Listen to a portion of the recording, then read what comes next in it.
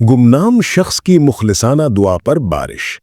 इमाम मोहम्मद बिन मुनकदिर रहमतुल्लाहि अलैह रोज़तुम मिन रियाज़िल जन्ना में नमाज तहज्जुद पढ़ रहे थे तो आपने अचानक एक शख्स को देखा कि वो एक सुतून के साथ अपने सर को झुकाए हुए बड़ी रिक्कत आमीज़ी के साथ ये दुआ कर रहा था कि ए अल्लाह, लंबे अरसे से बारिश नहीं हो रही और लोग बारिश के कतरात को तरस चुके हैं।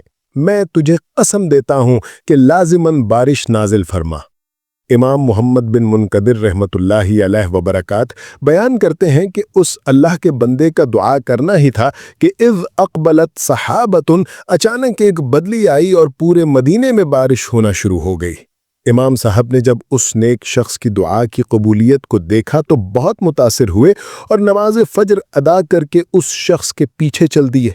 चुनाचे वो एक घर में दाखिल हुआ, आपने वहां निशानी लगाई और वापस आकर नवाफिल और जिक्र से फारिग होकर दोबारा उसके पास गए।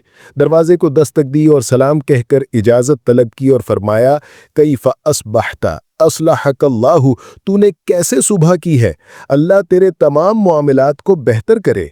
इमाम साहब फरमाते हैं, वो अपने काम काज में मसरूफ़ रहा और उसने मेरी तरफ कोई तवज्जो न की। मैंने उसके सामने रात वाली सारी हकीकत बयान कर दी और कहा, ए अल्लाह के नेक बंदे, तेरा सारा खर्चा मैं उठाता हूँ, तू काम काज छोड़कर जिक्र फिक्र और उम्मत के लिए खैर व बरकत की दुआ किया कर।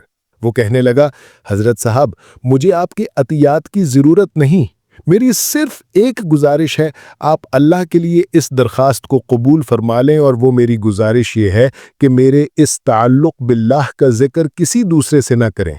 इमाम साहब बयान करते हैं कि मैं उसके मकान से वापस आ गया और चंद दिनों के बाद जब फिर उसको मिलने के लिए गया तो वो शख्स मुझे नजर ना आया। मुखलिस शख्स का अल्लाह ताला से ताल्लुक़ बड़ा मजबूत होता है और मुखलिस की एक अलामत यह है कि बातिन ज़ाहिर से ज़्यादा पाक होता है और इनकी तन्हाइयाँ आंसुओं से मालामाल होती हैं। और जिन्होंने अल्लाह से प्यार कर लिया ये नमाज अदा करते हैं, नवाफिल पढ़ते हैं और इनमें रो रो के अल्लाह को राज़ी करते हैं, और जब लोगों के सामने आते हैं तो आम नमाज अदा करते हैं लेकिन तन्हाइयों में अल्लाह के सामने गिर कर मुआफ़िया मांगते। इखलास वाले लोग दिखलावे से बहुत ज़्यादा बचते हैं।